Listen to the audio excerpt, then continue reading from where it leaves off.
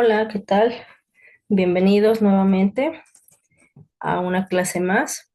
En esta ocasión vamos a revisar lo correspondiente a la clase de psicofarmacología y adicción.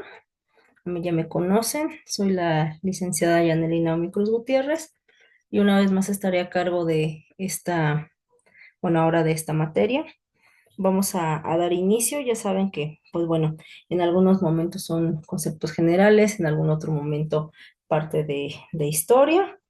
Y pues bueno, vamos a empezar a revisar entonces esta parte de psicofarmacología y adicción. ¿Ok? Primero vamos a dar inicio con la introducción y la historia de la psicofarmacología.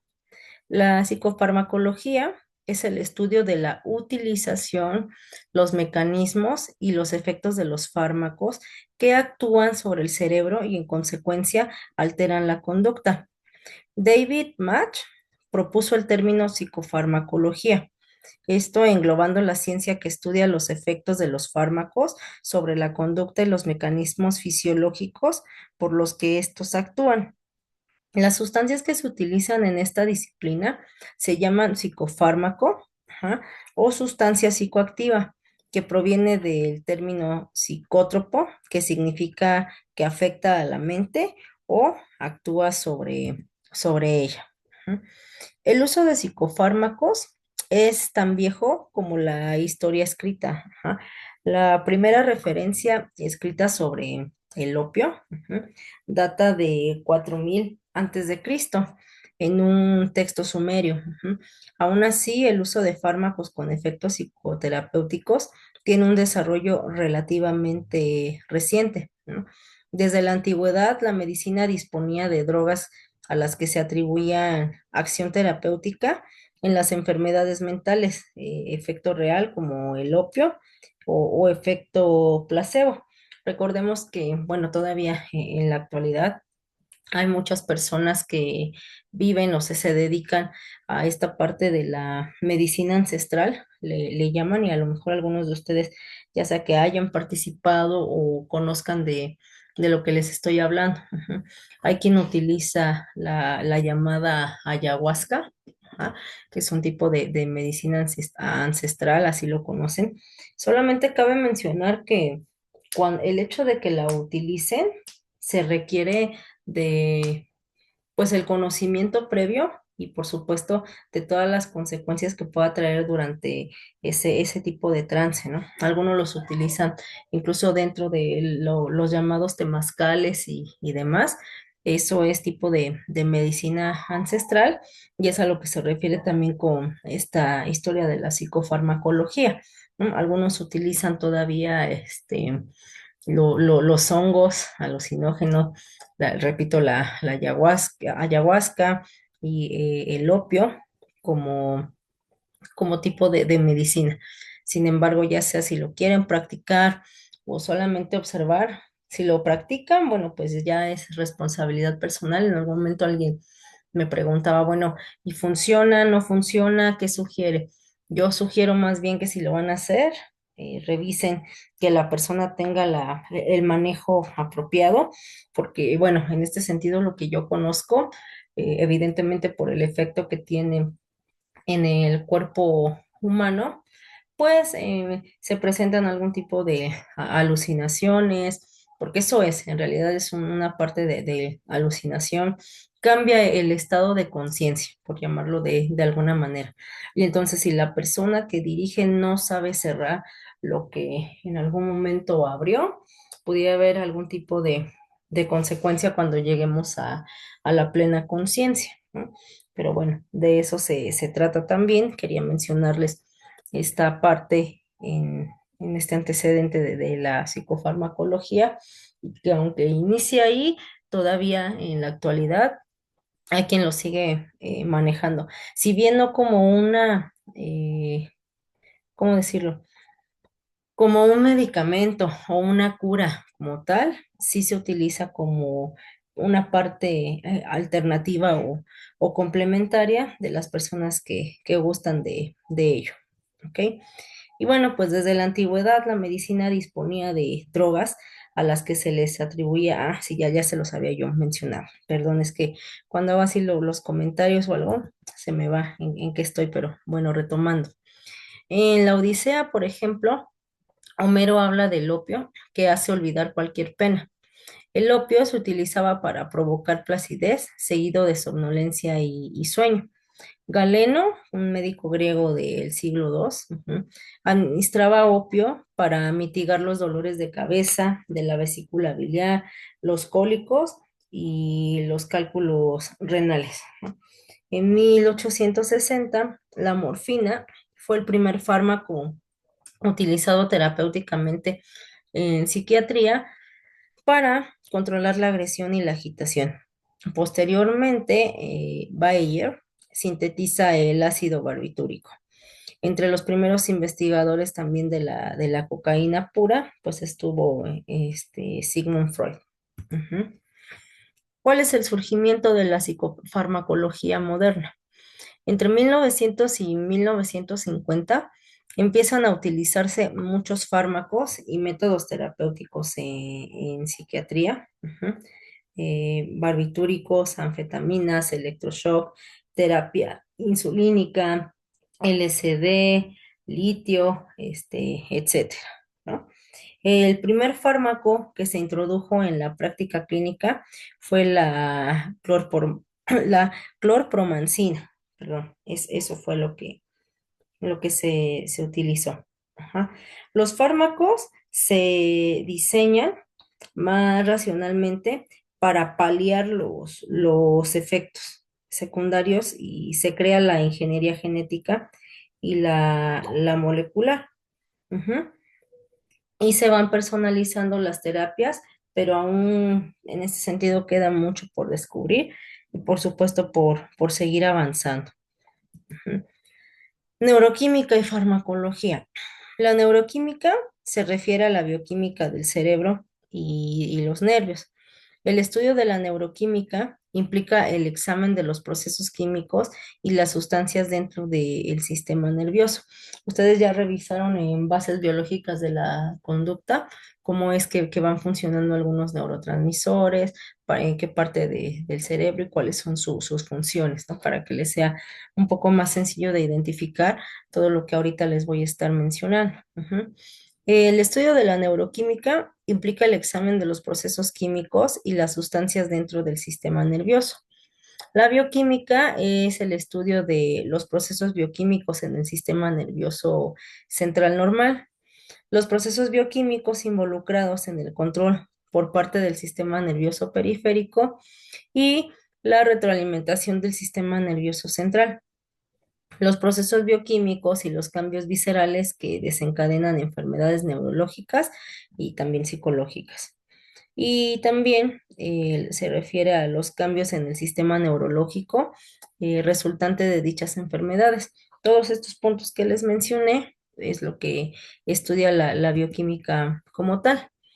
Durante los últimos 35 años se han dedicado demasiados recursos para el descubrimiento de la neuroquímica y se han tenido avances, pero aún no se ha resuelto al 100% todo lo que es realmente. Ajá. Por ejemplo, el origen del cáncer neuronal, la esquizofrenia, la esclerosis múltiple. Esto, bueno, cada vez se sigue avanzando en comprenderlo mejor, pero aún no se tiene un resultado al 100. Ujú. Entonces, hablando de la neurofarmacología, esta es una rama de la farmacología que estudia el efecto de los fármacos sobre el sistema nervioso, incluyendo el cerebro, la médula espinal y los nervios periféricos. Este campo interdisciplinario combina conocimientos de neurología, bioquímica, fisiología y psicología para entender cómo las sustancias químicas pueden influir en la función neuronal y tratar enfermedades relacionadas con el sistema nervioso. Recuerden que en algún momento se les hizo mención que la psicología se entrelaza o se relaciona con diferentes ciencias, y aquí lo podemos ver aquí, ¿no? Se combina todo para poder llevar a un buen funcionamiento el cuerpo humano. Ujú. La neurofarmacología se centra en analizar cómo los fármacos interactúan con las células del sistema nervioso para influir en funciones como la transmisión sináptica, el comportamiento y la percepción. Este campo se divide en dos áreas principales, en la neurofarmacología molecular y en la neurofarmacología conductual. Ujú. En la molecular, ¿qué estudia? Bueno, pues estudia cómo los fármacos afectan moléculas en específico, ajá, como receptores, enzimas, los transportadores en las células nerviosas, etcétera. Ujú. En los neurofarmacología conductual examina cómo los fármacos modifican el comportamiento y los procesos psicológicos, ¿sí? Ahí está clara la diferencia. La neurofarmacología es crucial para el desarrollo de tratamientos efectivos para trastornos neurológicos y psiquiátricos como los siguientes. Ujú. Enfermedades neurodegenerativas como el Alzheimer, Parkinson y esclerosis múltiple. Los trastornos psiquiátricos como la depresión, ansiedad, esquizofrenia y el trastorno bipolar. El dolor crónico, como son las neuralgias y las migrañas. Y también pues en las adicciones, como evidentemente el alcoholismo y la drogadicción. ¿Mm? ¿Cuáles son entonces las funciones de los neurofármacos? Se las voy a mencionar. Los fármacos neuroactivos actúan sobre el sistema nervioso al modificar la actividad de neurotransmisores, receptores y vías de señalización. Estos medicamentos pueden ocasionar estas tres cosas, ¿no? Inhibir o estimular los neurotransmisores, modular receptores o inhibir enzimas. Esas son las tres funciones que puede hacer.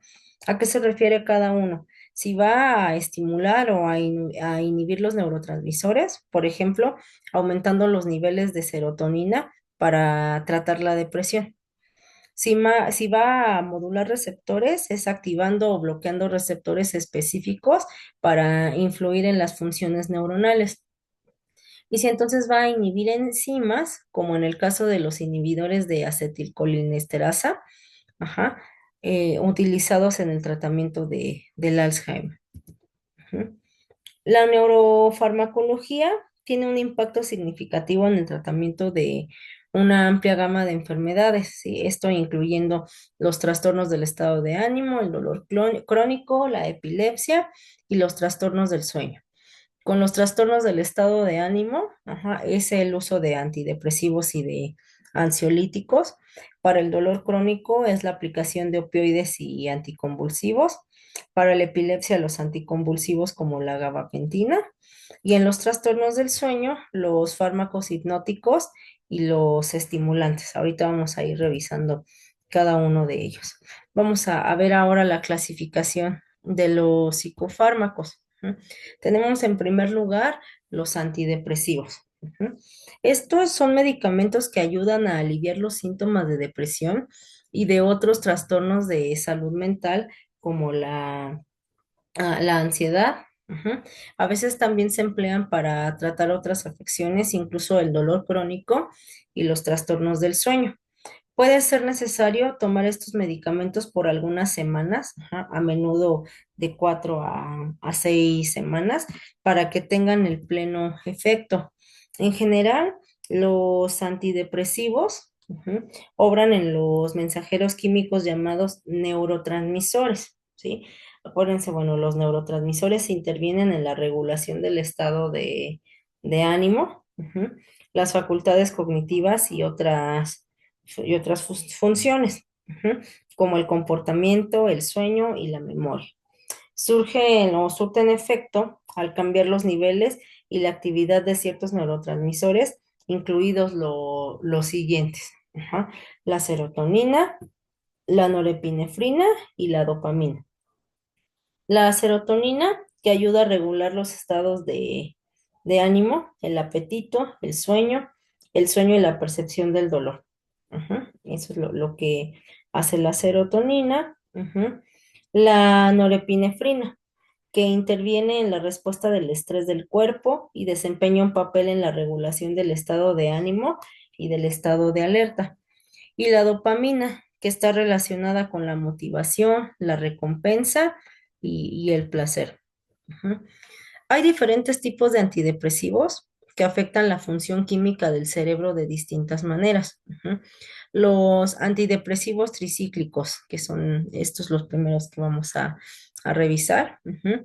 Estos, bueno, son drogas emparentadas químicamente con los antipsicóticos. Ujú.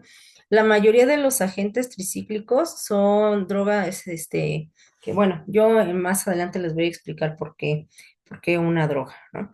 La mayoría de estos agentes inhiben la recaptación de norepinefrina, serotonina y en menor medida dopamina. Los agentes tricíclicos bloquean receptores colinérgicos, son muscarínicos, receptores histamínicos y receptores alfa 1 adrenérgicos. Ajá, eso es lo que hacen estos receptores. Ujú. Estos mecanismos han sido asociados a los diferentes efectos colaterales de los agentes tricíclicos, ¿no? ¿Cuál es el mecanismo de acción? En algunos años, el conocimiento de la diversidad de acciones de los agentes tricíclicos sobre el sistema nervioso central ha sido más significativa, ¿no? Dentro de las acciones tempranas o precoces pueden destacarse lo siguiente. El bloqueo de la captación neuronal de aminas, ujú, eh, el aumento del neurotransmisor a través del nivel de la biofase, disminución del recambio de neurotransmisor, disminución de la frecuencia de descarga neuronal. Ajá. Y dentro de las acciones a mediano y o largo plazo destacan las siguientes. La regulación cuesta abajo, así se conoce, de los adrenoreceptores beta. La subsensibilidad al estímulo beta del sistema de formación AMPC y cambios en los adrenoreceptores alfa y cambios en los receptores serotoninérgicos. Ajá. De este lado derecho les coloco un ejemplo de cómo es. Ahí está claro, o sea, la serotonina, la histamina, acetilcolina y todo esto, que cómo es como esta función tricíclica, ¿no? Por ejemplo, aquí tenemos en verde que es la serotonina, ajá, y ya les dije que ya sea que pueda inhibir, producir de más o en este caso tapar. Por ejemplo, aquí en esta serotonina estamos viendo cómo este es el transportador, ujú, y viene hacia acá. Una de las funciones puede ser que tape y que evite que se desarrolle más serotonina, ujú, o en este caso la acetilcolina. Puede que se produzca mucha, ajá, y pueda llegar aquí al neuroreceptor, ajá, por decirlo así. Se puede producir mucha, llega y lo que hace nada más es permitir que esté entrando y saliendo sin llegar a la otra parte que requiere. Ajá. O sea, una es inhibir que se reproduzca, bueno, más bien que salga más, ajá, esa sería una función. La otra podría ser esta, que sí se segrega, pero nada más es como cíclico sin permitir que llegue. Y la otra, taponear el neuroreceptor para que la sustancia no llegue a la otra parte. Esta es la hendidura sináptica, por donde pasan. Ajá. Este es un proceso de sinapsis, pero quiero mostrarles cómo es esta acción tricíclica. Puede ser cualquiera de estas tres que actúe justo como inhibidor, ajá, en este caso, no en particular que tenga que ser así de la serotonina, ¿no? Les estoy explicando un ejemplo. Como inhibidor es ya no permite que se produzca más para que no llegue hasta acá. Ujú. La otra es que se produce, pero nada más, en lugar de permitirle el paso, solamente las esté haciendo como en círculo para regular, ajá, y la otra que ya no le permite el paso. Son estas tres partes que puede realizar este antidepresivo. ¿Por qué motivo o cómo es así? Recordemos que todo en exceso, pues evidentemente trae una consecuencia. Ahorita más adelante, como les voy a mencionar, se van a dar cuenta por qué tiene que actuar de esa manera este antidepresivo. Ujú. El menor espectro de efectos colaterales que presentan los agentes serotoninérgicos sería en parte responsable de la creciente periferia de otros agentes antidepresivos. Algunos estudios han revelado una mayor eficacia de los tricíclicos en el tratamiento de las depresiones severas. Dentro de los antidepresivos tricíclicos, distinguimos al grupo de las aminas terciarias, que incluyen la imipramina, amitriptilina, clomipramina, trimipramina y la doxepina. Ujú. Las aminas terciarias tienden a compartir la actividad noradrengenética, con una actividad serotoninérgica, pero a su vez presentan mayor frecuencia de efectos colaterales. Ujú. Los antidepresivos tricíclicos continúan siendo usados en los casos de depresiones severas, depresiones con ansiedad y depresiones resistentes a los agentes serotoninérgicos.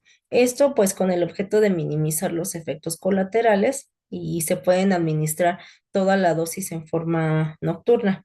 El efecto antidepresivo podrá observarse con mayor frecuencia entre el día 10 y el día 20 del tratamiento sostenido con dosis óptimas. Seguramente ustedes se han de preguntar, y si no es así, yo les hago mención. Si yo les he comentado también en clases anteriores que nosotros como psicólogos no vamos a medicar porque no es nuestra área, no nos compete. Entonces, ¿para qué nos serviría conocer todo esto? Es importante que el terapeuta sepa de qué se trata y qué es lo que consume nuestro paciente para saber justo cuáles son los efectos secundarios y qué es lo que puede estar sucediendo en ese momento a nivel fisiológico con él, que traiga una consecuencia, por supuesto, en una conducta. Por ejemplo, en este caso de antidepresivos, nos puede llegar un paciente con ese tipo de depresión ya sea severa y me está diciendo, es que sabe qué, ya fui con el médico psiquiatra o con el área correspondiente y ya me dieron los antidepresivos, pero no observo mejoría. Y entonces nosotros revisamos, ¿cuánto tiempo lleva tomándose los antidepresivos? Ajá. No, pues es que apenas llevo una semana, ¿no? Evidentemente sabemos que en ese tiempo, como lo menciona aquí, no va a haber un efecto importante. Se tiene que esperar de 10 a 20 días, sosteniendo las dosis óptimas, ¿no? Porque hay ocasiones en las que efectivamente piensan que el medicamento va a ser la magia y que va a ser automático el cambio. O sabemos que no tienen a lo mejor una buena rutina o un buen control para tomar esos medicamentos y entonces por eso es que tampoco se va a sentir mejor independientemente del medicamento que esté tomando. Por eso es importante para nosotros como profesionales de la salud, como psicólogos, conocer de qué se trata, dónde actúan, cómo actúan y cuáles son los efectos secundarios para nosotros también no solo imaginar o asumir cosas, ¿no? Sino con la base correspondiente poder lograr hacer una intervención efectiva. Ujú. ¿Cuáles son los efectos entonces, no? Bueno, antes de mencionar eso, ahorita que yo les mencionaba justo lo de los antidepresivos tricíclicos y les mencionaba estas tres partes porque son tricíclicos, ¿no? O va a inhibir o va a tapar o va a ser esta parte del ciclo. Recuerden que todo en exceso eh, produce un efecto secundario. Por ejemplo, el exceso de serotonina, como lo estábamos revisando hace ratito, puede provocar, como regula el sueño, pues entonces va a provocar que una persona que esté justo en este estado todo el tiempo quiera estar durmiendo. Entonces, al disminuir esa producción, evidentemente se puede regular la actividad de la vida cotidiana de nuestro paciente, ¿no? Por eso es que realiza estos efectos. Espero que haya quedado como claro el por qué y el para qué. Ujú. Ahora, Bueno, vamos a continuar con los efectos anticolinérgicos. Ajá. Los más comunes son la sequedad bucal, la constipación, retención urinaria, visión borrosa y taquicardia. Ocasionalmente se han descrito hileo paralítico, dilatación de tracto urinario, glaucoma, hiperpirexia y acalasia. Ajá. En los pacientes de mayor edad o las personas predispuestas, los agentes tricíclicos pueden causar confusión y déficit cognitivo. Eso es a lo que me refiero, que es importante que sepamos que cuáles son los efectos secundarios, por decirlo así, porque nuestro paciente nos va a referir a nosotros esto, el cómo se siente, o lo vamos nosotros a estar observando y debemos saber que es a consecuencia de la administración de estos medicamentos, ¿no? Los efectos cardiovasculares, incluyendo la hipotensión ortostática, perdón, y retraso en la conducción. La hipotensión ortostática constituye el efecto colateral de mayor riesgo en los pacientes ancianos y en aquellos con insuficiencia cardíaca. Ujú. Aumento de la frecuencia cardíaca, que puede favorecer el desencadenamiento de una crisis de pánico en los pacientes ya predispuestos, ¿no? El aumento de peso. Ujú. Frecuentemente los pacientes en tratamiento con agentes tricíclicos experimentan un considerable aumento de peso. Este efecto no parece estar tan relacionado con la mejoría del estado de ánimo. Es recomendable considerar este efecto en pacientes de sexo femenino o bien en sujetos con problemas de obesidad. Ujú. Hay otros que son los efectos neurológicos, como son el temblor, síntomas extrapiramidales, secreción inapropiadas del ADH, alteraciones en el ay, se me fue el nombre, electroencefalograma, perdón. La introducción de crisis convulsivas y discretos retardos en las funciones cognitivas. El temblor pueden ser manejado con bloqueadores betandrogenéricos, perdón, betandrogenérgicos, y lo que sin embargo puede minar el efecto antidepresivo, ¿no? Y la sedación, este efecto parece ser dosis dependiente y está relacionado con su afinidad al receptor histamínico. En algunos casos, la actividad sedante es utilizada para combatir el insomnio y las depresiones ansiosas. Ujú. Aquí les pongo un ejemplo de los síntomas extrapiramidales, ujú, que son los temblores en reposo, la inexpresividad en el rostro, lentitud o aletargamiento, ujú, deambulación alterada, una postura incluida como jorobado, por llamarlo en término coloquial, o la rigidez de movimientos, ¿sí? La sobredosis en antidepresivos, ¿no? La mayor complicación de la sobredosis de los agentes tricíclicos está constituida por los efectos psiquiátricos, la hipotensión, las arritmias cardíacas y convulsiones. En los pacientes ancianos, la actividad anticolinérgica puede llevar a la presencia de un trastorno confusional. En algunos casos, la sobredosis anticolinérgica puede manifestarse a través de agitación, arritmias supraventriculares, alucinaciones, hipertensión severa y crisis convulsivas. En un grado extremo, el delirium ya anticolinérgico con dilatación pupilar, sequedad de mucosas y taquicardia puede constituirse en una emergencia médica severa, ¿no? En estos casos, el uso de un agente anticolinesterásico. Ajá. Son palabras medio extrañas que, aunque las podamos estar utilizando, sí cuesta trabajo el repetirlas, ¿no? Pero ya también ustedes se irán familiarizando con ellas y podrán paso a paso leerlas e incluso pronunciarlas mejor. Pero bueno, en este caso, como les mencionaba, que es reversible, como la fisostigmina, puede revertir el cuadro, ¿no? La utilización de 1 a 2 miligramos intramusculares o intravenosos en forma lenta favorece el control de una crisis inducida por una sobredosis de agentes tricíclicos. Ujú. Bueno, pues también tenemos los inhibidores selectivos de la recaptación de la serotonina. Ya vimos los tricíclicos, ahora vamos a ver estos, que los vamos a identificar con estas siglas ISRS. Y bueno, desde la aparición de la fluoxetina en Estados Unidos, el tratamiento de la depresión ha sufrido una evidente evolución en los últimos 15 años.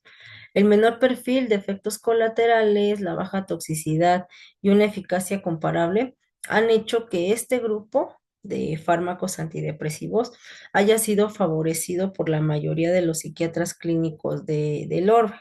Ujú. Los mecanismos de acción. Ajá. Los ISRS, inhiben a la bomba de recaptación presináptica de serotonina. Esta inhibición de la recaptación aumenta inicialmente la disponibilidad de serotonina en el espacio sináptico, que es esto, acuérdense, se llama espacio sináptico o hendidura sináptica. Ahí es. Lo que posteriormente produce una regulación cuesta abajo de los mismos receptores, incrementando finalmente la transmisión neta serotoninérgica, ¿sí? Como lo tenemos aquí en este ejemplo.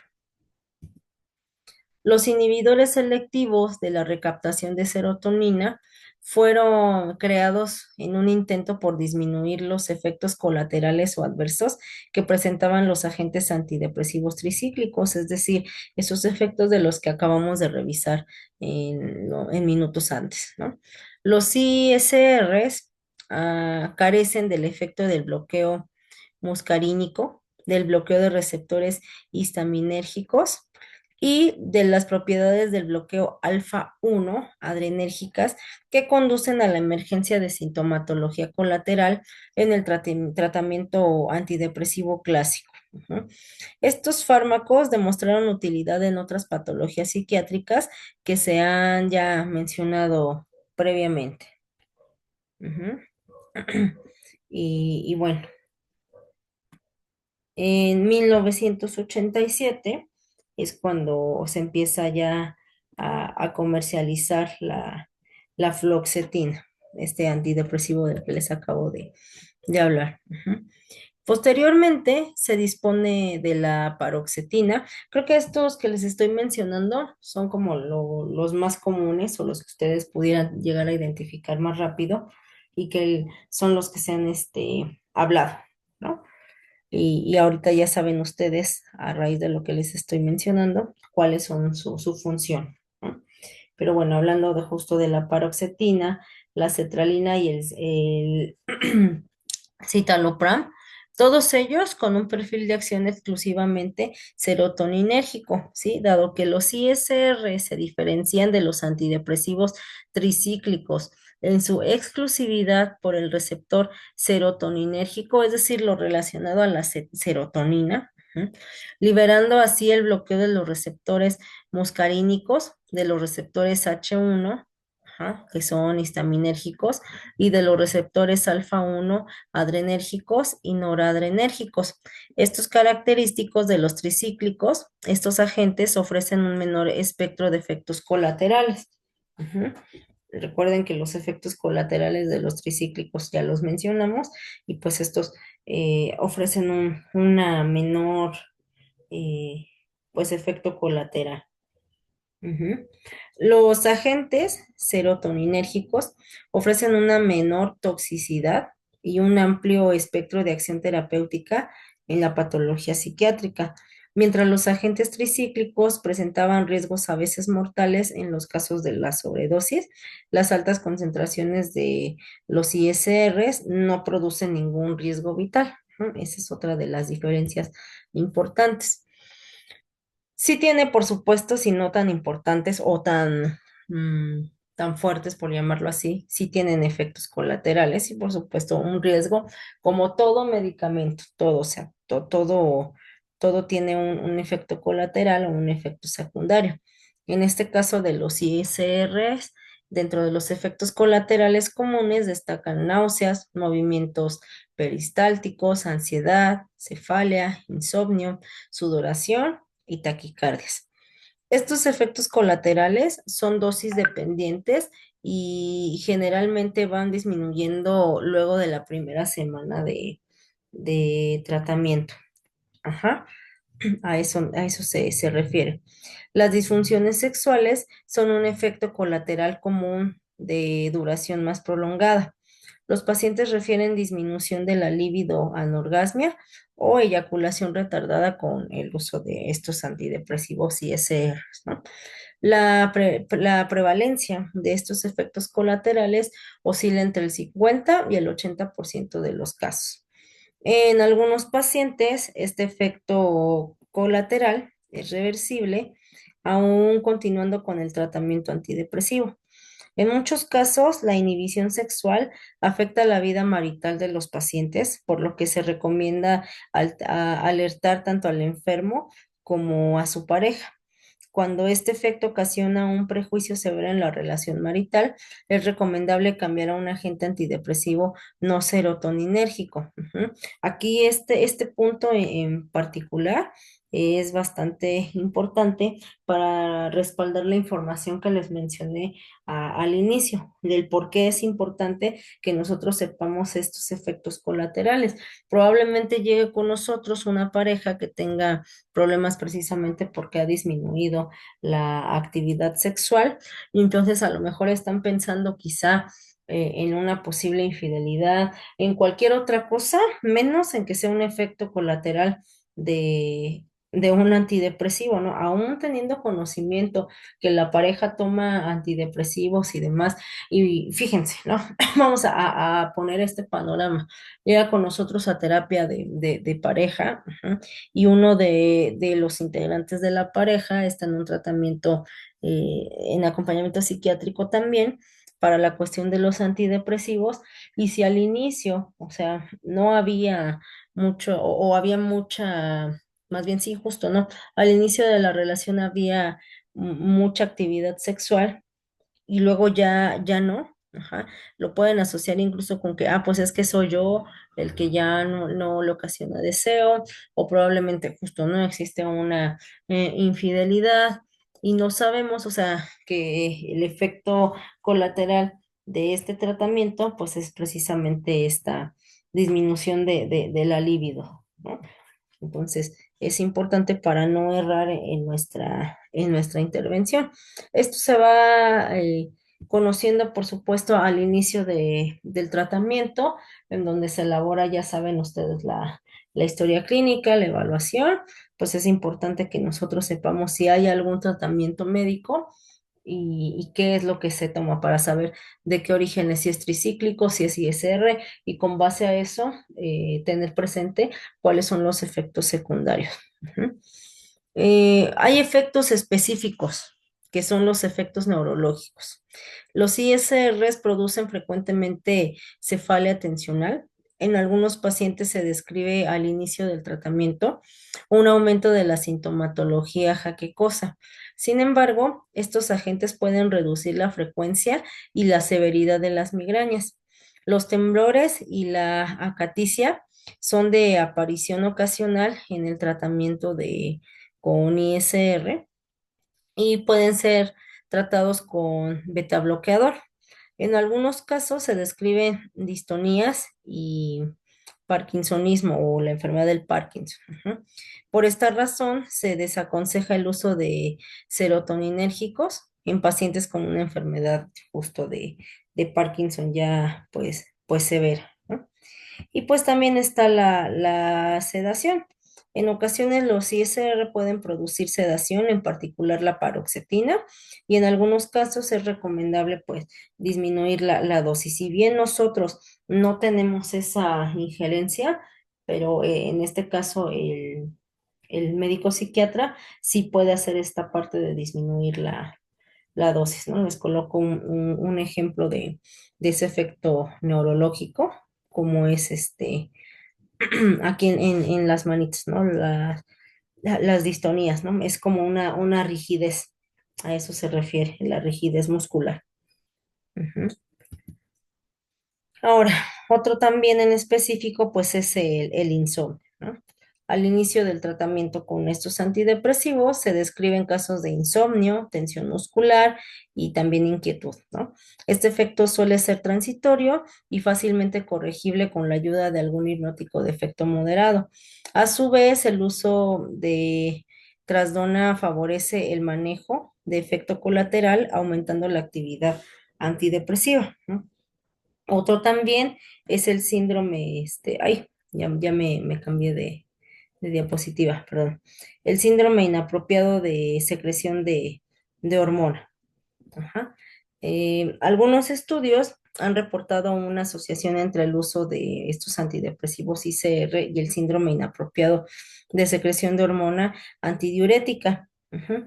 Este síndrome se producirá con mayor frecuencia, ujú, en personas de edad y se caracteriza por letargia, o sea, de edad avanzada, a eso me refiero. Cefalia, hiponatremia, elevación de la excreción urinaria de sodio y orina, ¿no? Y orina hipersmolar. Al diagnosticar este cuadro, es necesario descontinuar el tratamiento con estos antidepresivos, observando cuidadosamente la aparición de complicaciones como la confusión severa, convulsiones o ya de plano el compromiso de conciencia severo. Ujú. Bien. También, pues bueno, los sueños e imágenes diurnas son otro de los efectos. Algunos pacientes refieren durante este tratamiento sueños diurnos o imágenes centellantes que cruzan el campo visual y el mecanismo de producción de estos fenómenos, pues aún es desconocido.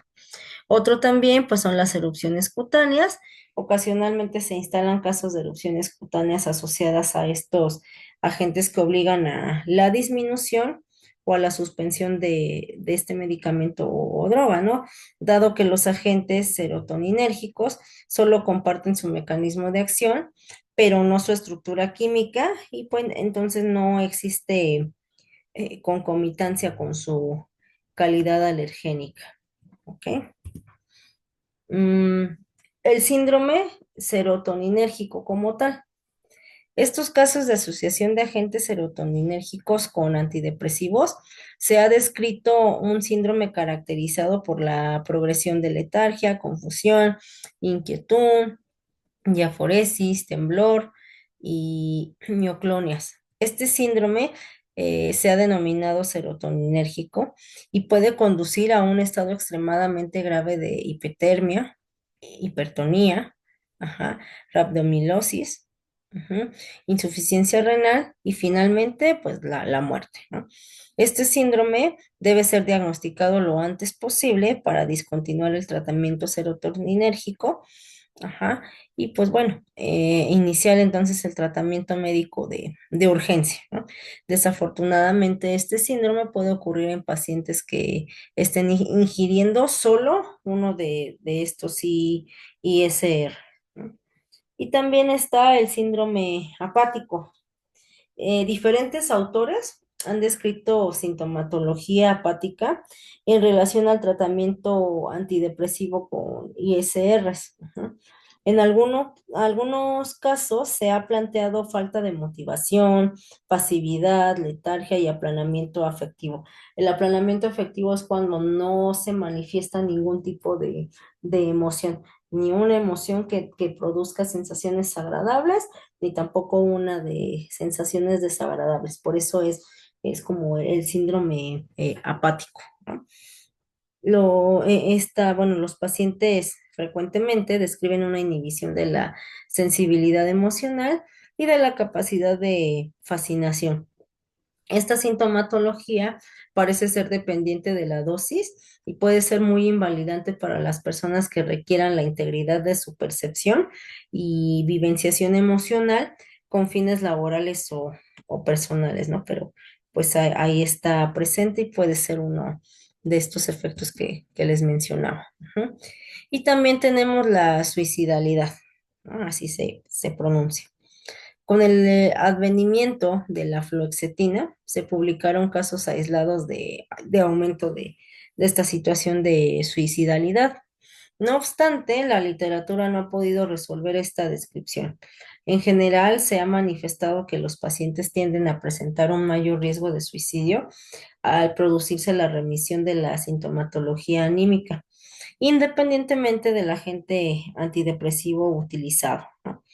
Estudios controlados han confirmado que los pacientes con tratamiento serotoninérgico presentan en largo plazo menores tasas de suicidio que los pacientes que no reciben tratamiento alguno, ¿no? Recordemos que, pues justamente tanto toda esta parte de la salud mental está muy estigmatizado y consideramos que solamente nosotros solos o el paciente solo, en este caso ni siquiera es paciente, ¿verdad? Pero bueno, la persona sola puede manejar esta situación de esta enfermedad y no se acude a ningún tratamiento, ningún tipo de acompañamiento, ni siquiera psicológico, ¿ok?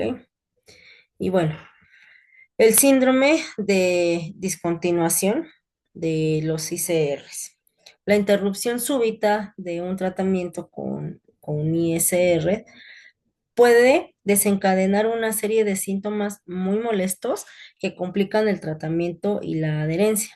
Los principales síntomas del conjunto de molestias que se describen tras la interrupción abrupta en el uso de agentes serotoninérgicos son cefaleas, astenia, dolor abdominal, náuseas, vómitos, diarrea, anorexia, sudoración, ujú, poliaquiuria, insomnio, temblor, nerviosismo, agitación, somnolencia, mareos, sequedad de boca, rinitis o sensaciones de corrientes eléctricas en la cabeza. Estas molestias pueden ser muy desagradables y deben ser evitadas mediante la reducción lenta de la dosis, ¿no? O sea, como no de manera abrupta, sino paso a paso. Los ISR de vida media o más prolongada tienen menor riesgo de presentar ese síndrome. Precisamente por todo esto que ustedes están revisando ahorita y que les estoy mencionando, es importante no automedicarse, porque lamentablemente he observado casos en los que el amigo del amigo, ajá, o mi mejor amigo me dice que cuando se encontraba en una crisis importante o que le diagnosticaron depresión y que tenía los mismos síntomas que yo, y entonces me regala sus pastillas, ¿no? Ten, yo ya no las utilizo, entonces tómatelas tú y nosotros no sabemos en realidad si ese antidepresivo es tricíclico, es ISR o cuál es y qué consecuencia le va a traer precisamente a mi organismo. Y si le sumo eso a que no tengo un acompañamiento terapéutico, el riesgo de la salud está de manera importante, ¿no? Y entonces, por estas razones que nosotros debemos conocer y fomentar, por supuesto, la no medicación o automedicación, y menos con este tipo de medicamentos. Ujú. Antidepresivos noveles, también, más bien noveles, perdón. El Nobel es un premio. Bien. En la última década se han introducido nuevas moléculas de gran eficacia antidepresiva que han venido a enriquecer las posibilidades terapéuticas antidepresivas. Y bueno, a continuación vamos a describir los principales. La primera es la venlafaxina, que es un antidepresivo feniletilamínico. ¿No? Y esto fue introducido en el año de 1994. Inicialmente fue autorizado para el uso en depresión mayor, pero algunos estudios sugieren eficacia en dolor crónico, trastornos de la alimentación, fobia social y en otras condiciones. Ujú. La venlafaxina tiene una potente actividad antidepresiva, por lo que se suele usar en los pacientes refractarios a un tratamiento con ISRS. Ujú. La, perdón, la venlafaxina, ujú, es un inhibidor potente de la recaptación de serotonina y norepinefrina. A su vez, es un inhibidor moderado de la recaptación de dopamina también, ¿no? En dosis bajas, la inhibición de la recaptación de serotonina es considerable. En dosis más elevadas, la inhibición de la recaptación de noradrenalina se hace más significativa en altas cantidades produce un efecto antidepresivo por inhibición de la recaptura eh, dopaminérgica. Tenemos riesgos y efectos colaterales en su manejo también de estos antidepresivos, ¿no? El perfil de los efectos colaterales de la venlafaxina es muy similar al de los agentes serotoninérgicos, incluyendo síntomas gastrointestinales, disfunciones sexuales y riesgo de síndrome serotoninérgico, que ya les expliqué de qué se trata, ¿no? La venlafaxina no altera la conducción cardíaca y parece no disminuir el umbral convulsionante. En general, esta no produce aumento de peso significativo. Puede observarse insomnio, cefaleas, nerviosismo, agitación, astenia y vértigo. También se han descrito náuseas, anorexia, sequedad bucal, constipación y aumento del colesterol plasmático. Ujú. Como resultado de la recaptura de NA, puede aparecer sudoración, retención urinaria y aumento de la presión intraocular. La hipertensión arterial.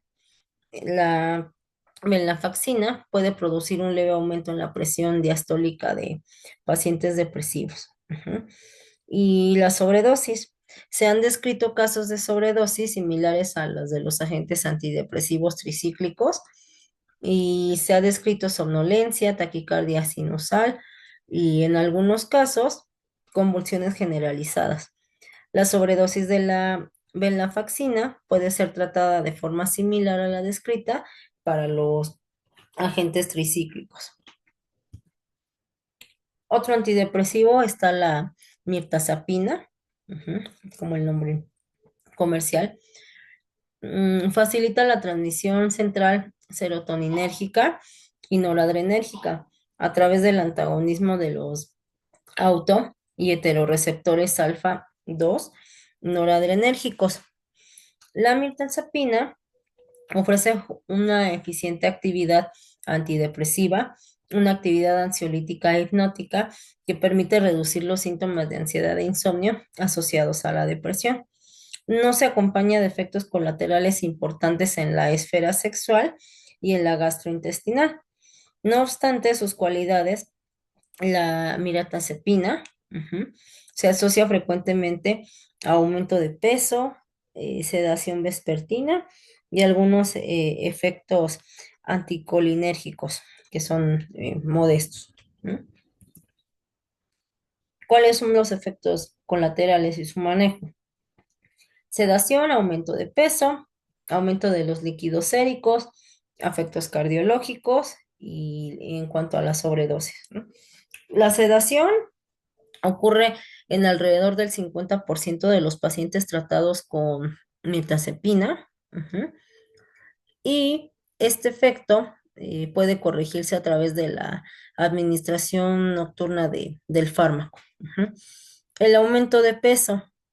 La mirtazapina ha sido asociada a un importante aumento de peso, parcialmente debido a un incremento del apetito, ¿ok? Este efecto parece ser independiente de la respuesta antidepresiva. En los casos de riesgo cardiovascular, de obesidad o en el tratamiento de pacientes de género femenino, es recomendable, muy recomendable considerar este efecto colateral. Ujú. El aumento de los líquidos séricos. Esto, bueno, este fármaco ha sido asociada al aumento del 20% o más del colesterol total y de los triglicéridos plasmáticos. Estos aumentos son particularmente delicados en pacientes con antecedentes de hiperlipidemias, ajá, o trastornos cardiovasculares oclusivos. Ujú. Efectos cardiológicos. El tratamiento con mirtazapina puede asociarse a hipertensión, hipotensión ortostática, mareos y vasodilatación con edema periférico, ¿sale? Y bueno, la sobredosis. En la actualidad, todos los pacientes intoxicados han presentado una remisión completa. Los síntomas más frecuentes de la intoxicación por sobredosis son confusión, trastornos de la memoria y taquicardia. El tratamiento recomendado de la intoxicación incluye el lavado gástrico, perdón, el monitoreo cardiológico y las medidas de apoyo.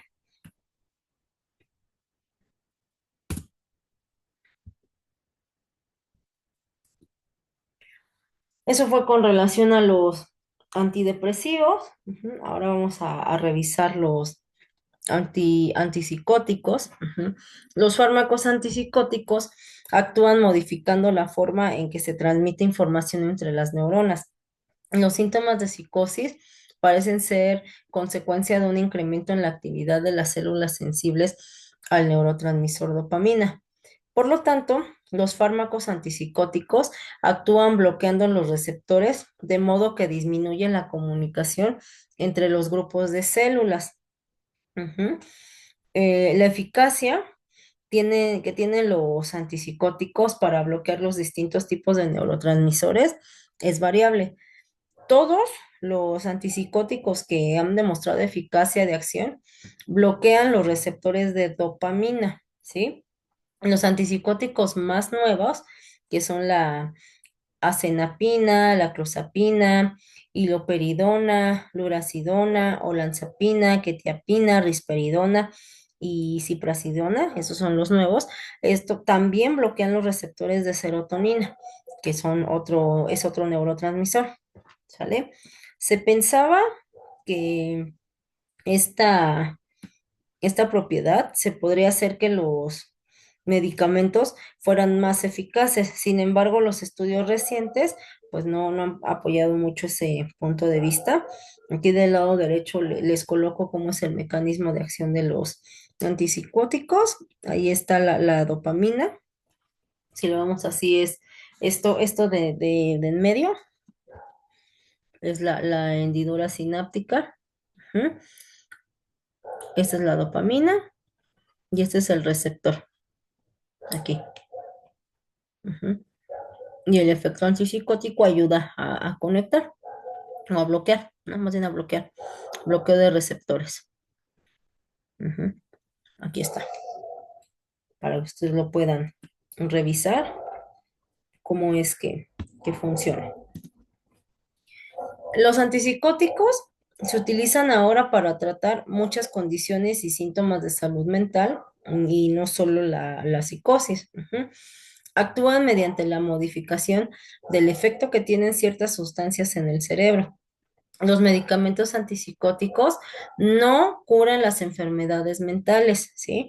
Más bien se utilizan para ayudar a aliviar los síntomas y mejorar la calidad de vida. Sí, eso es importante que lo sepan. Estos medicamentos todos no curan, ayudan a mejorar esta calidad de vida, nada más. Ujú. Los medicamentos antipsicóticos se dividen en dos generaciones. Esta es la primera. Ujú. Del lado izquierdo, bueno, así como tiene enfrente su pantalla, del lado izquierdo está el nombre comercial y del lado derecho el del medicamento. Ujú. En el comercial tenemos el Aldol, el medicamento es aloperidol, el Mellaril y el medicamento es tioridazina.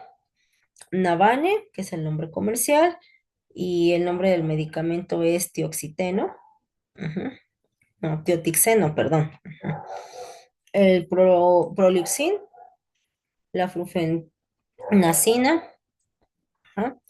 En el nombre comercial tenemos el estelacine, el medicamento es trifluoperacina, el toracine, el medicamento es clorpromacina y el triaflón, el medicamento es la perfenacina. Ujú. Esos son los antipsicóticos antiguos, por llamarlo de alguna manera. Y entonces los nuevos vemos que son un poquito más, ujú. Pero bueno, el nombre comercial están de la misma manera, lado izquierdo y lado derecho. El Abilify, nos referimos a aripiprazol, ese es el nombre del medicamento. Cloracil o Fasaclo, que es el nombre de comercial. El medicamento es la clozapina, o más bien, sí, pues es que sí es el medicamento, la sustancia activa. Ujú. Fanapet, Fanapet, PT, o por así, Fanapt, así. Es la iloperidona, el geodón, la ciprasidona, Invega, paliperidona, Latuda, lurasidona, Risperdal, es la risperidona, el Saprish, o Sapris, es la acenapina, el Seroquel es la quetiapina y Ciprexa es la olanzapina. Así son. Estos son los nuevos. Hay unos posibles efectos secundarios de los medicamentos antipsicóticos y de los antipsicóticos antiguos y nuevos pueden causar lo siguiente, ¿no? Ambos. Movimientos incontrolables como tics y temblores. Ajá. El riesgo es mayor de este efecto con los antipsicóticos antiguos. Ujú. Esto de los movimientos incontrolables. Sueño excesivo, mareos, inquietud, aumento de peso. Y bueno, en el aumento de peso el riesgo es mayor con los psicóticos nuevos. La resequedad de la boca, estreñimiento, vómito, ¿ah? La visión borrosa, ay, ujú, la presión arterial baja, náuseas, convulsiones, número bajo de glóbulos blancos, células que combaten infecciones. Y bueno, todos los medicamentos antipsicóticos considerados en este resumen que les acabo de colocar, excepto estos que están entre paréntesis, la abilify y la clozapina, pueden causar un aumento de la hormona del cuerpo llamada prolactina. El aumento de la prolactina puede ocasionar problemas en la función sexual y agrandamiento de los senos en hombres y mujeres. Ujú. Posibles efectos secundarios graves de estos medicamentos antipsicóticos, ¿no? Los antiguos y nuevos pueden causar una condición que provoque movimientos musculares incontrolables, y en ocasiones esta condición desaparece al interrumpir el medicamento, pero otras veces es permanente. Los antipsicóticos antiguos y nuevos pueden causar una reacción potencialmente mortal llamada síndrome neuroléptico maligno, aunque en esta ocasión pues es muy, muy raro, ¿no? En algunas personas el antipsicótico nuevo, el que es la clozapina, puede causar una condición grave en la sangre que consiste en una disminución severa de los glóbulos blancos. La clozapina también puede causar inflamación del músculo del corazón y bueno, pues los investigadores aún no saben si el uso de antipsicóticos pueden, durante el embarazo, pues podrían dañar al feto, ¿no? Los ansiolíticos, hipnóticos. Los medicamentos ansiolíticos actúan sobre el sistema nervioso central para producir un efecto calmante y son una herramienta valiosa en el manejo de estos trastornos. Su uso debe ser cuidadoso y revisado debido a su potencial para crear dependencia y los efectos secundarios que puedan llegar a tener.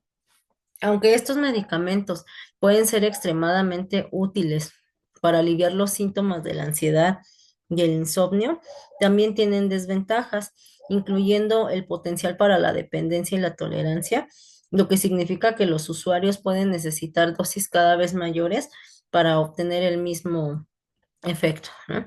Y bueno, los efectos secundarios pueden incluir somnolencia, mareos, confusión y problemas de memoria. Ujú.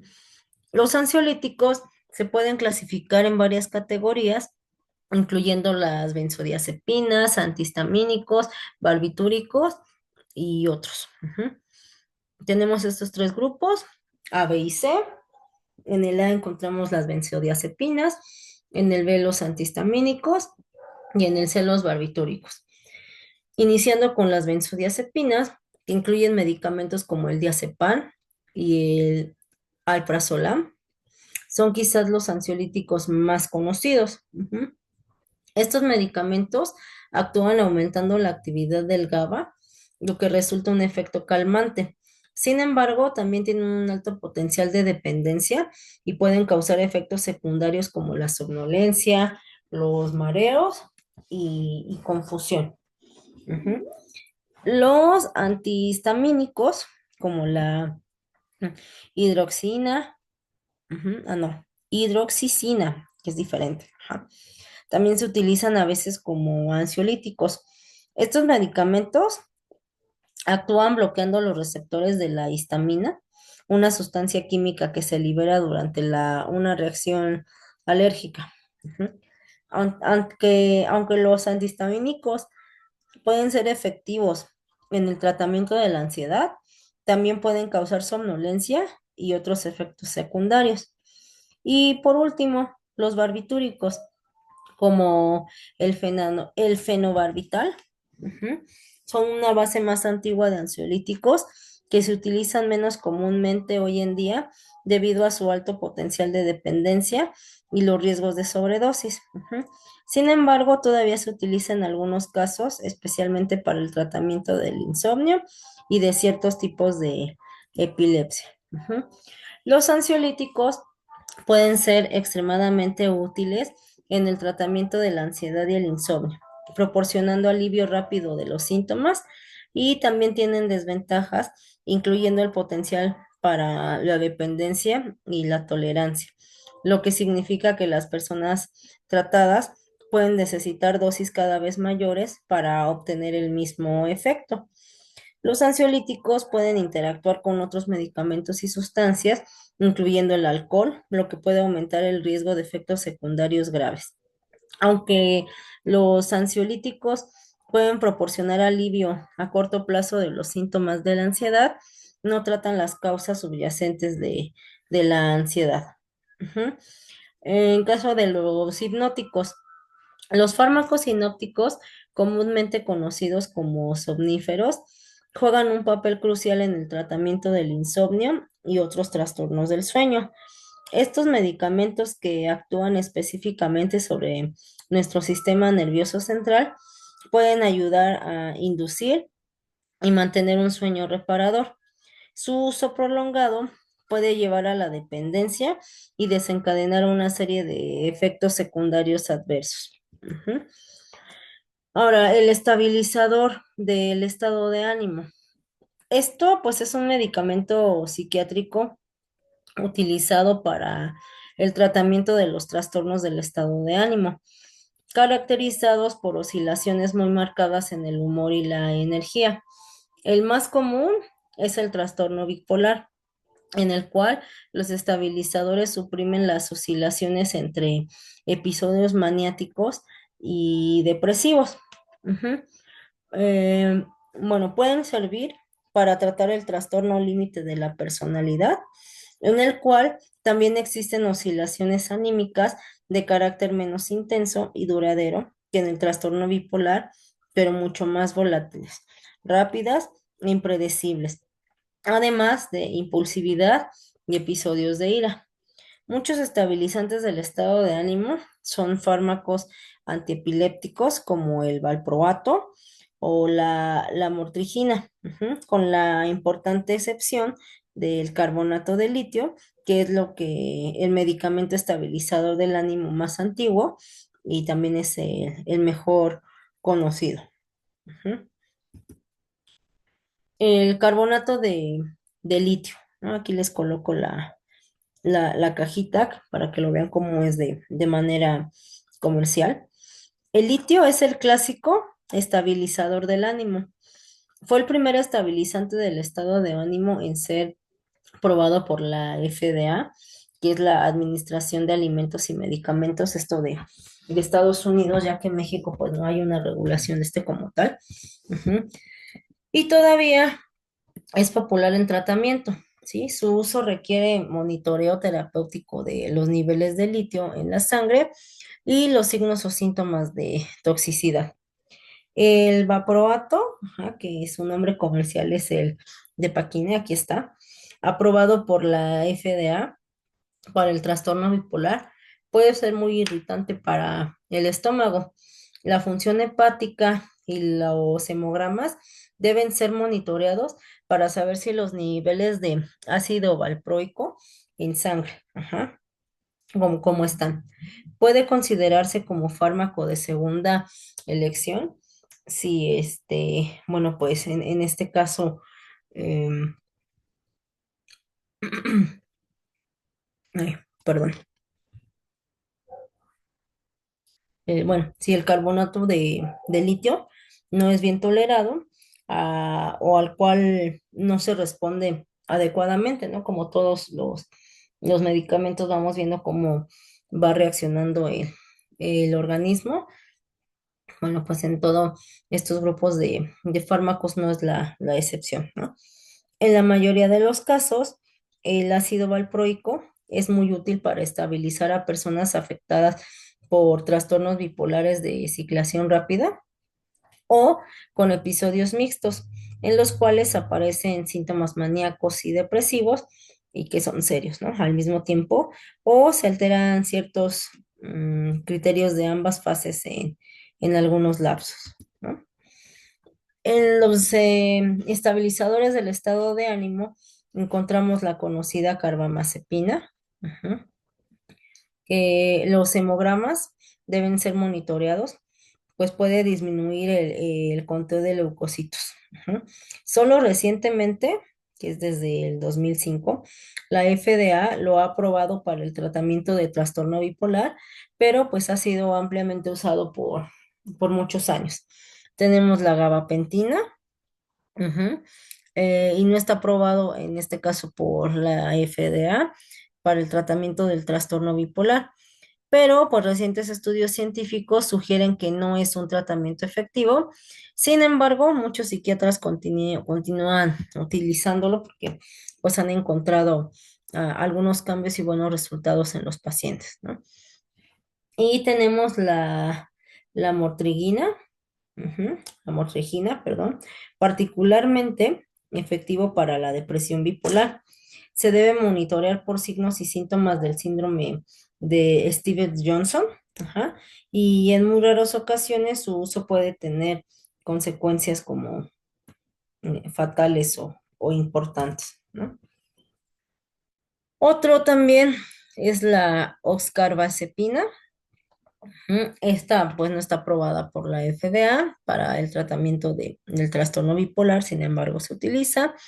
El topiramato, que a lo mejor algunos de ustedes lo conocen más, y de igual manera no está aprobado por la FDA para el trastorno, este, para este tratamiento del trastorno bipolar, pero suele ser eficaz en el trastorno límite de la personalidad y puede provocar sensación de hormigueo en las extremidades por suprimir los niveles de potasio en sangre y la pérdida de peso. Ujú. Y bueno, ahora vamos a revisar los psicoestimulantes. Vamos a ver primero qué es. Un psicoestimulante es una clase de fármaco que mejoran el comportamiento locomotor al afectar la regulación de la dopamina en el cerebro. Ejemplos comunes, pues son la anfetamina, la metanfetamina, la cocaína, el metilfenidato, que se utilizan a menudo para tratar los síntomas del TDAH. Ujú. La mayoría de los agentes farmacológicos que alivian los síntomas conductuales del TDAH afectan los sistemas dopaminérgico y noradrenalinérgico. Ujú. Los psicoestimulantes se han utilizado con seguridad en la práctica clínica para el tratamiento a corto plazo de los síntomas del TDAH durante más de 60 años, ¿no? Y su eficacia se confirmó en numerosos ensayos clínicos aleatorizados, doble ciego y controlados con placebo. Ujú. El metilfenidato, ujú, es el psicoestimulante más utilizado. ¿Qué hace? Bloquea la recaptación de dopamina, ujú, y en parte también de noradrenalina por sus transportadores DAT y NET. Ujú. Las anfetaminas también estabilizan los transportadores de dopamina y noradrenalina. La disminución de los síntomas comienza aproximadamente 30 minutos después del consumo oral de el medicamento. Ajá. Las inyecciones intravenosas de metilfenidato, a diferencia de la ingestión oral, más bien inducen sensaciones de euforia indistinguibles de las inducidas por la cocaína, ¿no? Aquí de este lado les vuelvo a colocar un esquema para que observen cómo es que funciona. Ujú. Acuérdense que lo que sucede en la hendidura sináptica, pues es justamente esta parte de la conexión o sinapsis, y ahí se ve cómo es que funciona, ¿no? Del lado izquierdo tenemos un transportador de recaptura de dopamina funcionando normalmente, aquí. Ujú. Estas son las vesículas que contienen la dopamina, todas estas que vemos en color morado. Ujú. Y bueno, estas son las que van a liberar la dopamina. Este de aquí es el transportador y llega directamente al receptor de dopamina, como lo podemos ver. Ajá. Funcionando de manera normal. Y cuando es bloqueado por el metilfenidato, pues vemos que no hay una conexión del transportador al receptor. Ujú. Aquí está la neurona transmisora y la neurona receptora. La hendidura sináptica, que es en donde ocurre esta sinapsis, lo vieron o lo habían visto en bases biológicas de la conducta, cómo es que hace sinapsis y cómo se comunican las neuronas. En este caso en particular, con los psicoestimulantes, lo podemos revisar aquí como se los acabo de explicar. De este lado cuando funciona de manera habitual y aquí cuando está bloqueado por el metilfenidato. ¿Ok? Los psicoestimulantes son fármacos que inducen una mejora temporal de la función mental o física o de ambos. Estos efectos bastante beneficiosos incluyen mayor estado de alerta, vigilia, mejor rendimiento y la supresión del apetito. Ujú. Los estimulantes, en particular las anfetaminas y la apomorfina, se utilizan ampliamente en todo el mundo como medicamentos de prescripción, pero se abusa de ellos con fines recreativos, así le llaman, fin recreativo. Ujú. Pero bueno, sabemos que es otra cosa, ¿no? Como lo menciona aquí, lo que conduce al abuso de drogas, por supuesto, a la adicción. Esa es la diferencia, ¿no? Cuando es prescrito se utiliza como medicamento y cuando es un abuso y sin prescripción se convierte en una adicción y en una droga, ¿no? La exposición a lo largo del plazo o a largo plazo a psicoestimulantes puede inducir un estado psicótico muy similar a la esquizofrenia paranoide, ¿no? Evidentemente, pues por eso se tiene mucho cuidado con esta parte de la adicción. Ujú. El desarrollo de nuevos agentes farmacológicos para el tratamiento de los trastornos por uso de psicoestimulantes y para la supresión de efectos secundarios no deseados como los síntomas psicóticos y el potencial de abuso es un importante imperativo de investigación aún, ¿no? Si ustedes se dan cuenta en esta parte anterior, hay algo importante que es la supresión del apetito, ¿no? Precisamente por eso muchas personas los utilizan cuando tienen un objetivo de bajar de peso y malamente lo utilizan o lo refieren de esta manera, ¿no? Y por eso se produce un abuso importante y pues más si observamos el resto de lo que ocasiona en el cuerpo, ¿no? Aquí tenemos una tablita de los psicoestimulantes. Ujú. Tenemos del lado izquierdo cuál es el psicoestimulante, el uso terapéutico, ajá, la fuente, ajá, y el mecanismo de acción. Vamos a revisar estos 1, 2, 3, 4, 5 que tenemos aquí, dando inicio por la anfetamina, el uso terapéutico que se le tendría que dar. es la narcolepsia o la cataplegia para la obesidad y el trastorno por déficit de atención. Es sintético y el mecanismo de acción o lo que hace es inhibe la recaptación de afinidad, perdón, y mejora la liberación de monoaminas. Eso es lo que hace una anfetamina, evidentemente prescrita, ¿no? El metilfenidato se utiliza para el trastorno por déficit de atención, otros deterioros cognitivos y también para la narcolepsia. Es sintético y la función es que inhibe la recaptación de alta afinidad de catecolaminas. Ujú. La metanfetamina se usa para el trastorno por déficit de atención y también para la obesidad. Es sintética y el mecanismo de acción igual que la anfetamina, pero como que más potente, ¿no? La cocaína se ha utilizado como anestésico local para cirugías oculares y nasales. Ahora es reemplazado por otros anestésicos locales, pues ya más nuevos, pero sí se ha utilizado. Y las hojas de coca se han utilizado para el tratamiento de infecciones, diarrea, dolor de estómago y fiebre. Recuerden que esto precisamente es cuando está regulado, cuando es prescrito. Ujú. Y bueno, la fuente es la hoja de coca, ¿no? De manera más natural, no sintético. El mecanismo de acción es que inhibe la recaptación de alta afinidad de monoaminas y también es un potente vasoconstrictor. Ujú.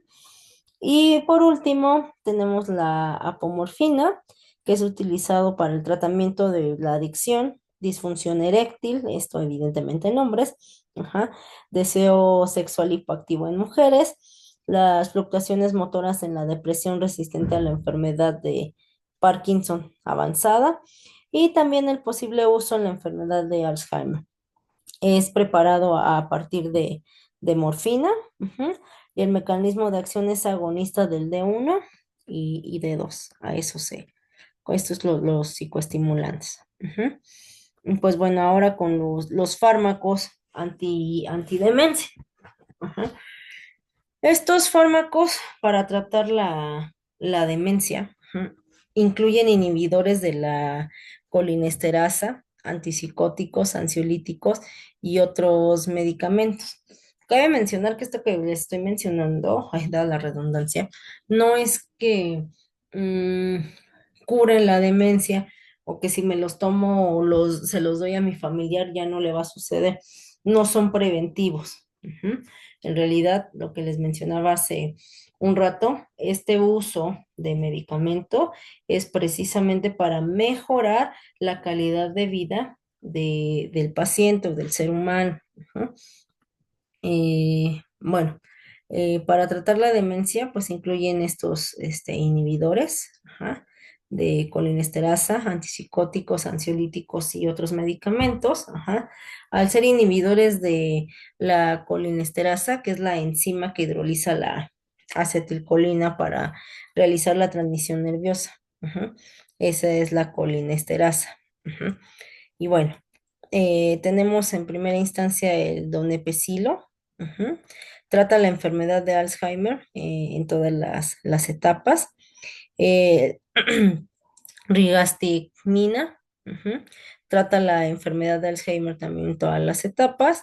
Y la galantamina. Ujú. Esa trata la enfermedad de Alzheimer en etapas leve y también moderada. Ujú.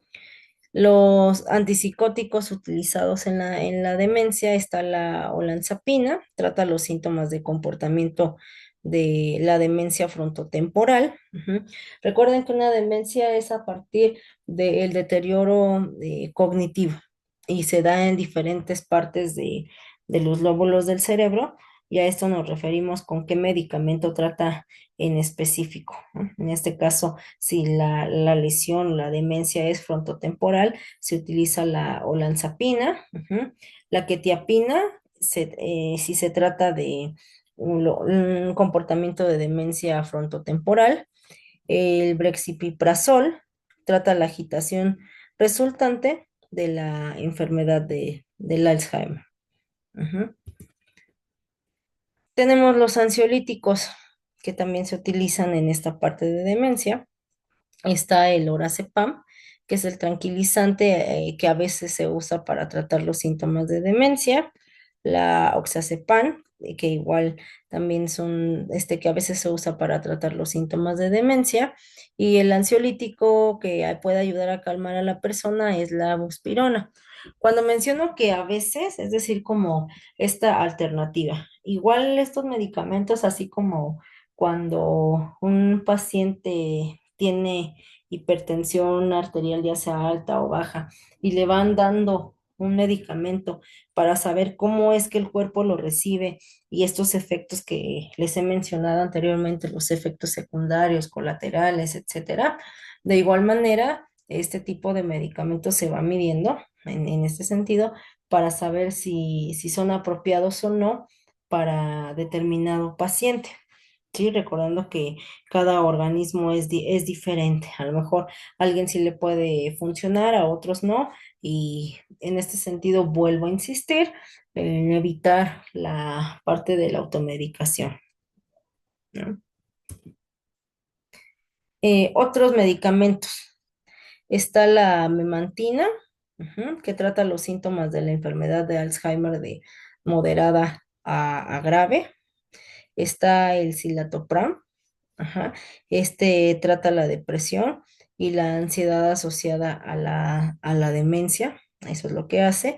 Fíjense cómo del lado derecho les colocamos esta imagen, y observen cómo es el deterioro, ¿no? Del lado izquierdo tenemos un cerebro saludable y del lado derecho estamos viendo cómo se encuentra ya un cerebro con Alzheimer ya grave. Fíjense cómo disminuye considerablemente también el tamaño, la forma. Y pues bueno, estos fármacos van a ayudar para que la persona pueda tener una, una mejor calidad de vida. ¿Ok? Ahora, están los fármacos para el tratamiento de las dependencias. Existen varios tipos de medicamentos que se usan para tratar las dependencias, entre ellos los opioides, la nicotina, el disulfiram y el acamprosato. Esos son los que se utilizan para las dependencias.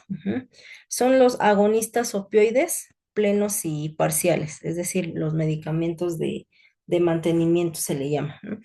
Los estudios indican que las personas que sufren un trastorno por el consumo de opioides y luego de la desintoxicación practican abstinencia, practican abstinencia total y tienen una gran probabilidad de sufrir una recaída y volver a consumir la droga, ¿no?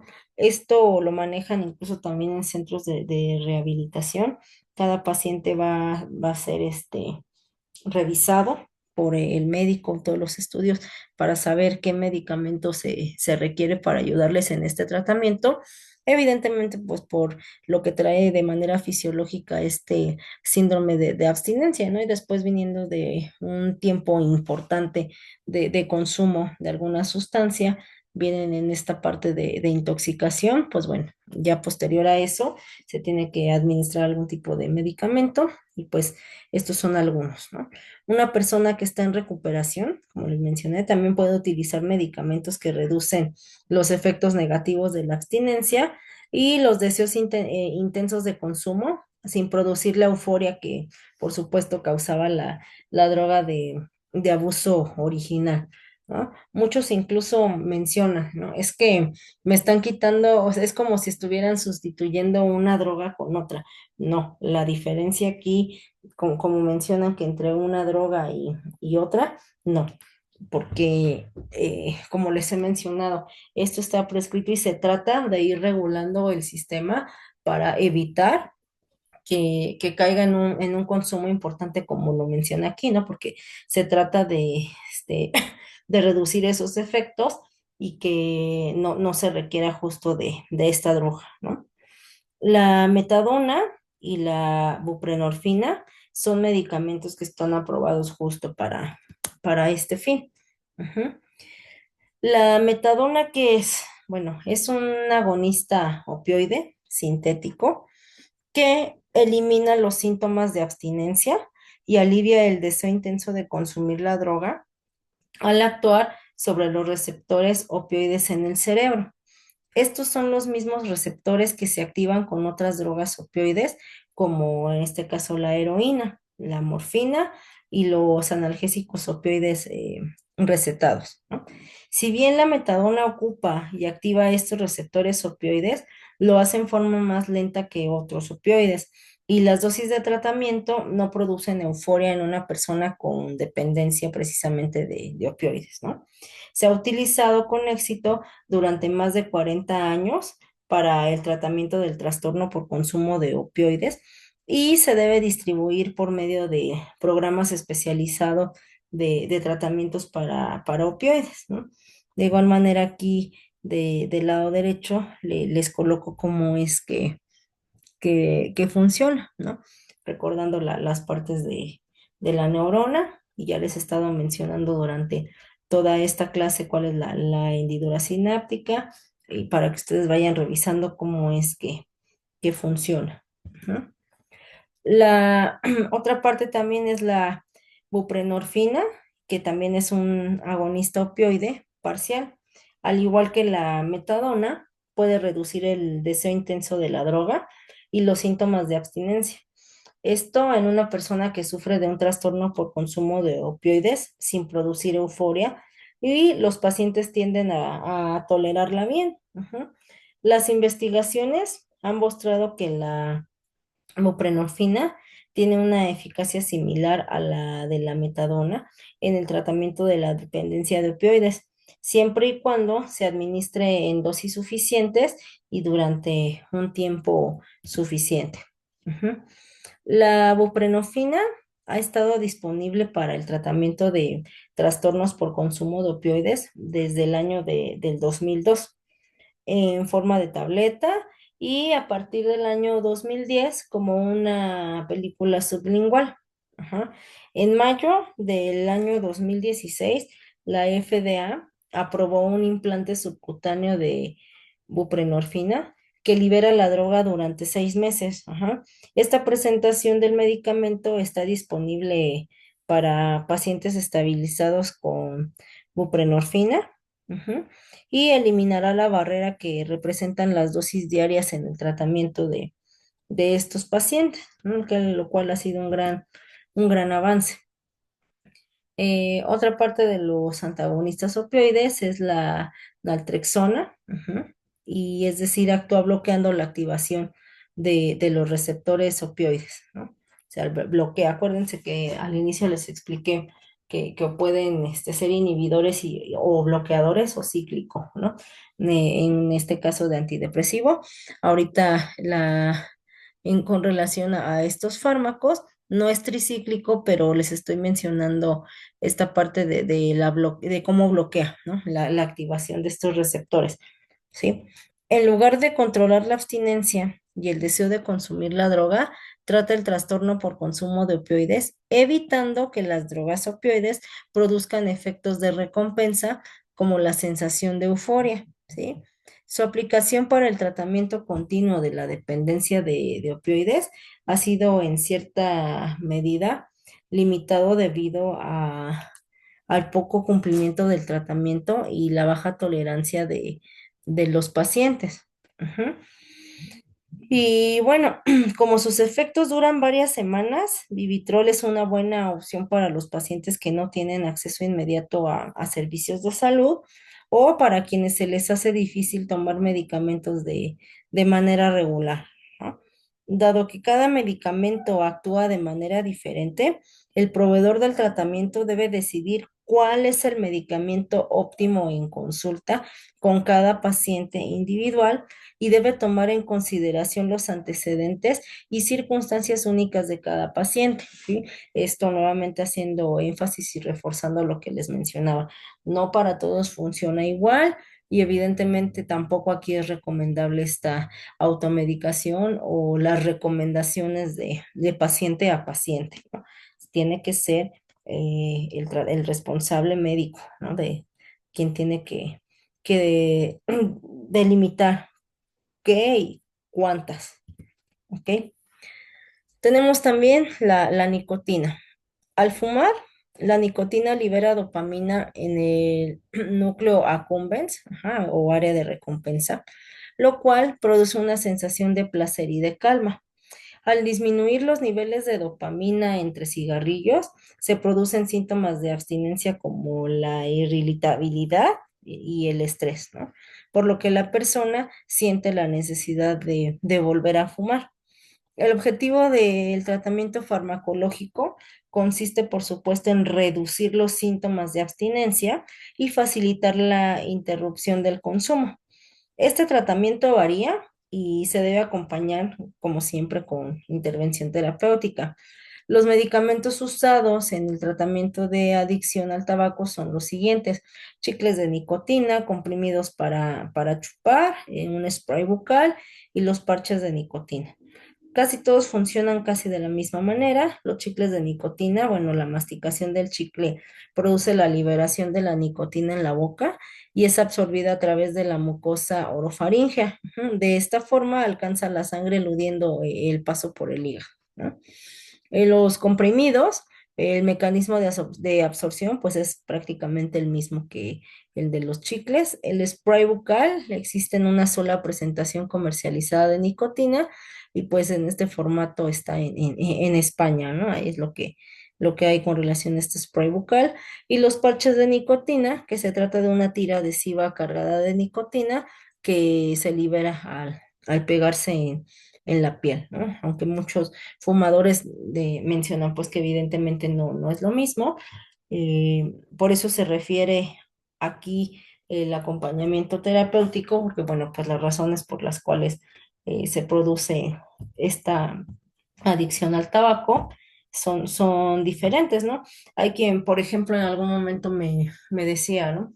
Yo no creo que sea o voy a probar, me decía esta parte de saber si mi tabaquismo es precisamente porque tengo una adicción a la nicotina o es otra cosa, porque yo en realidad lo único que necesito es como tener la sensación de que algo traigo en la boca, ¿no? Y lo puso en práctica. Fue para él como algo interesante, ¿no? Porque cuando empieza o pone a prueba esta parte, es estando en un antro, estoy hablando de ya hace tiempo, porque ahorita hasta donde sé ya no se permite fumar dentro de esos lugares o de espacios cerrados.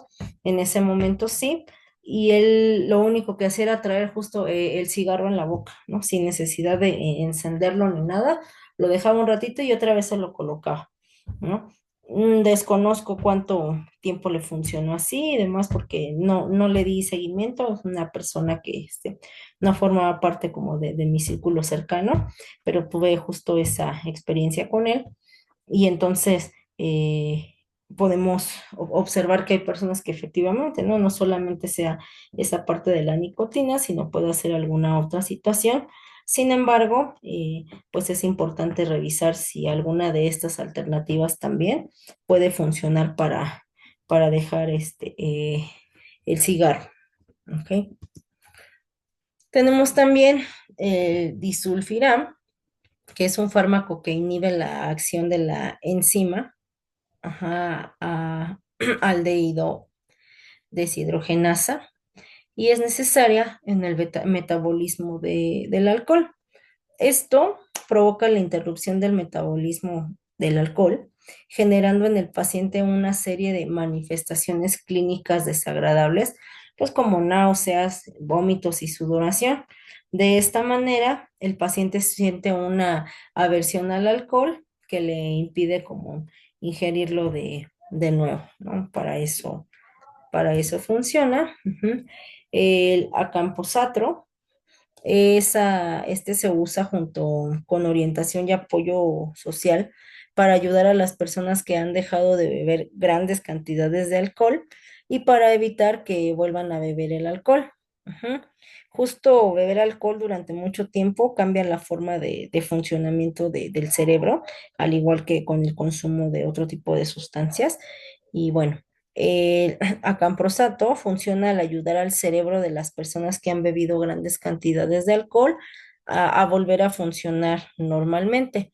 Esto no quiere decir que con este medicamento se puedan recuperar las neuronas que se perdieron durante precisamente este consumo importante de alcohol. No, lo que se hace es ayudar a las neuronas restantes a generar mayores conexiones neuronales y que pueda ayudarle al cerebro a funcionar pues lo más apropiadamente posible, o lo que se dice lo más normal, ¿no? Porque no quisiera que hubiera esa confusión, ¿no? Recuerden que toda la neurona que se pierde o se muere ya no se recupera. Eso es lo que no se genera. Ujú. En este caso, el acamprosato no previene los síntomas de abstinencia que las personas puedan presentar cuando dejan de beber alcohol, ¿sale? Y bueno, no se ha demostrado que esta sustancia funcione en las personas que no han dejado de beber alcohol o en las personas que toman grandes cantidades de alcohol y también beben en exceso y abusan de otras sustancias como las drogas que hay en la calle o medicamentos recetados, ¿vale? Y pues bueno, eso es nada más con relación al inicio de la clase. Voy a dejar aquí. Posteriormente vamos a continuar con tratamientos psicofarmacológicos especializados. Y pues bueno, les agradezco mucho el tiempo, la atención y nos vemos entonces en la siguiente clase. ¿Sale? Muchas gracias.